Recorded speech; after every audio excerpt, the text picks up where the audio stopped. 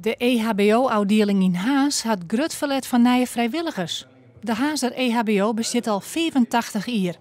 En daarom organiseerde de afdeling Joert een helpverleningsdag. Zo hoop je dat deze dag extra leden opsmiet.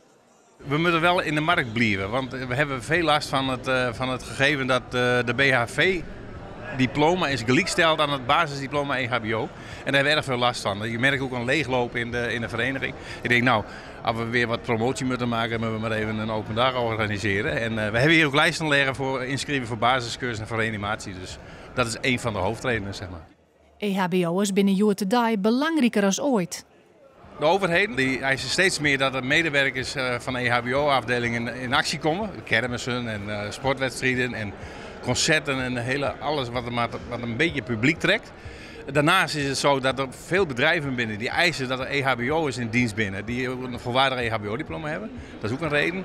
En een andere reden is burgerhulp, burgerhulpverlening. Waarbij particulieren dus in geval van nood in actie kunnen komen als mensen hulp nodig hebben. Dat kan met een reanimatie wezen, maar dat kan ook bij gewone ongevallen wezen.